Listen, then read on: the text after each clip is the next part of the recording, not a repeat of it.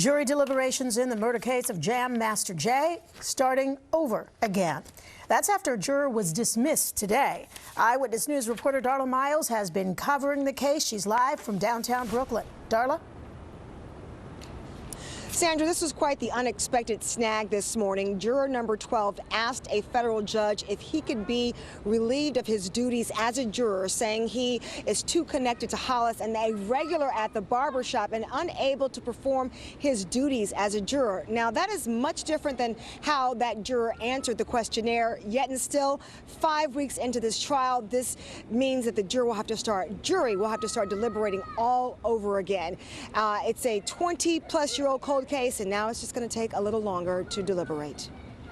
Evidence versus eyewitnesses. That's what it all boils down to for deliberating jurors in the Jam Master Jay murder trial.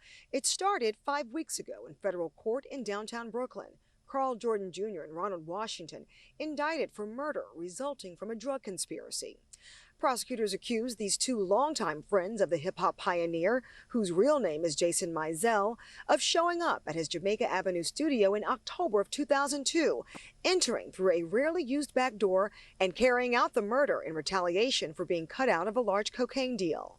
The two people who were within feet of Mizell when he was shot in the head, giving emotionally tearful testimony. A second shooting victim, Tony Rincon, testified that Jordan walked directly to Jay, kind of gave him a half handshake, and at the same time, that's when I hear a couple of shots. I see Jay just fall.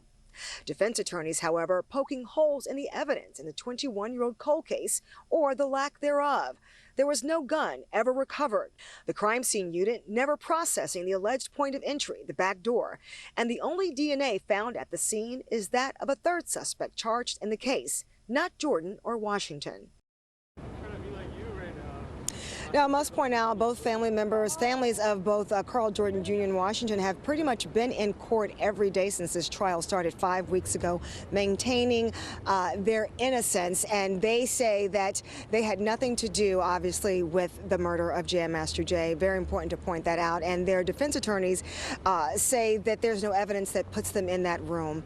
Meanwhile, the jury is still deliberating. They have about 30 more minutes today to deliberate, and then they will resume tomorrow if they do not reach a verdict today.